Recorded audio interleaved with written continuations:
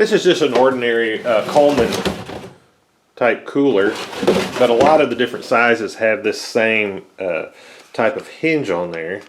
And you certainly don't need a video to tell you how to replace these, but it's very easy to do. Just kind of wanted to do this video, show you that it's possible. You can buy the replacements online. I'll put a link to them in the description so that you can pick them up. This one came to a package. I think it was $6. So let me just switch it out.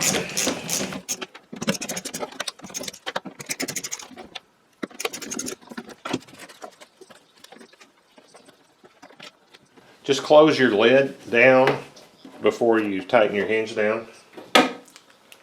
It comes with screws, but I'm just using the same ones again.